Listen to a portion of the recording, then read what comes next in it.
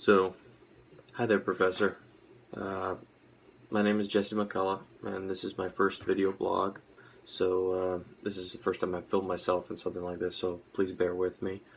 Um, so, for our prompt, we had to pick a technology to talk about how it was socially constructed.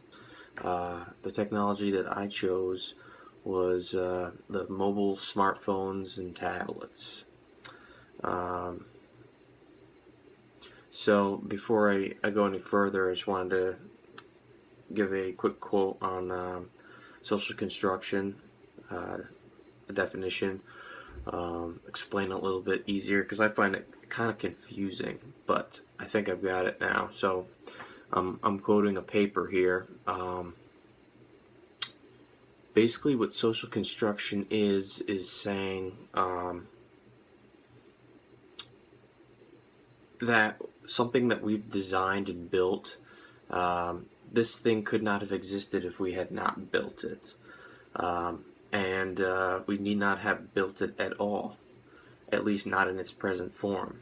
Had we been a different kind of society, had we had different needs, values, or interests, we might well have built a different kind of thing or built this one differently. The inevitable contrast is with a naturally existing object, something that exists independently from us, which we do not have a hand in shaping. So that's a quote, I think, that explains it a little bit easier. I'll put the citation in my submission. So I chose smartphones and tablets as the technology. So, identify the technology that you selected and how human actions help shape the technology. Where did technology come from? So, this technology was basically a crossroads of two different things we had going on. One was our telephones and way of communication with one another, and the other was the computers and the internet. And as both technologies progressed, we had some companies like Apple who designed and built products that used them both, took the best of both worlds and put them into single gadgets, which gave us our smartphones and our tablets. The meaning ascribed to this technology by social groups. So the only thing that I could think about when I think about this as far as meaning, I think about, like, I guess I'm a millennial, I'm 25 years old, so people like my age and younger have a meaning to this technology as a necessity. It's not some neat gadget like my parents, who are in their 60s, think of. It's like, oh, it's a neat gadget. It's not needed at all. A guy in high school who's 17 years old sees a smartphone as a necessity. For some people, it's as important as grabbing an apple or grabbing their breakfast in the morning. They use it for everything. So that's what it's become now. And as we get older and these generations progress, it's going to be more and more of the population sees it as a meaning. How the technology affects social relationships, and how it shapes the way people behave. So as I mentioned, this technology is seen as a necessity. Every aspect of everyday life revolves around this technology. People have readily available info more than they would ever need. If they're at a bar talking to some people they just knew, and they're talking about crazy facts about some statue in Ireland, they can look it up right away, and they can have that information in 2 minutes. Something that you couldn't even imagine 30 years ago. People know that they have that right away. So it's quickening and increasing efficiency of how we do everything, from having fun and entertainment to study to communication, everything. A conflict that the technology has.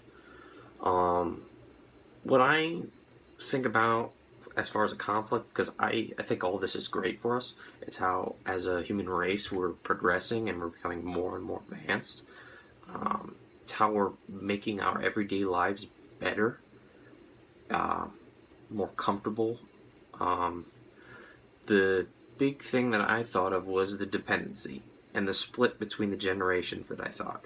Like, my parents don't even have a cell phone. Don't even have a cell phone.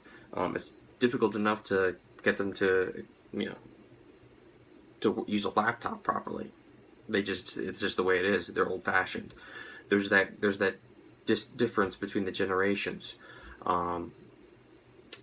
and that can be a conflict.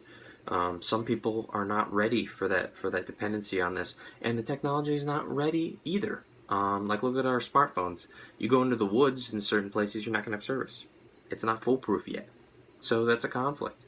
Once those things are mulled out, then I'm sure other different conflicts that we can't explain right now come up. But the implications of the conflict on people's relationships with one another. This is a really big topic, and I could talk for 20 minutes just about this. But this has to do with a lot with, like, social media. We have constant connection with one another with our devices now. You can talk to your friend in India from Connecticut instantaneously at any time, almost anywhere. People are exposed to lots of different ideas, things that people in Germany think about and are part of their way of life. And then if you're in, like, Texas, you're exposed to that different type of life and ideas and values that these people have, and that exposure really can change someone's view on things. Another thing that I think about, an implication, is look at all the crazy people in America who are changing to be terrorists. They're brainwashed through the internet by looking up and they're exposed to all these terrible ideas about these people in the Middle East, these terrorists, and then they commit terrible crimes here. So that's a conflict, I would have to say, and a big one that is going to be more and more and more in the news. So anyway, that's my first video blog. I hope you enjoyed it. I think I did a good job in following the prompt, and thank you.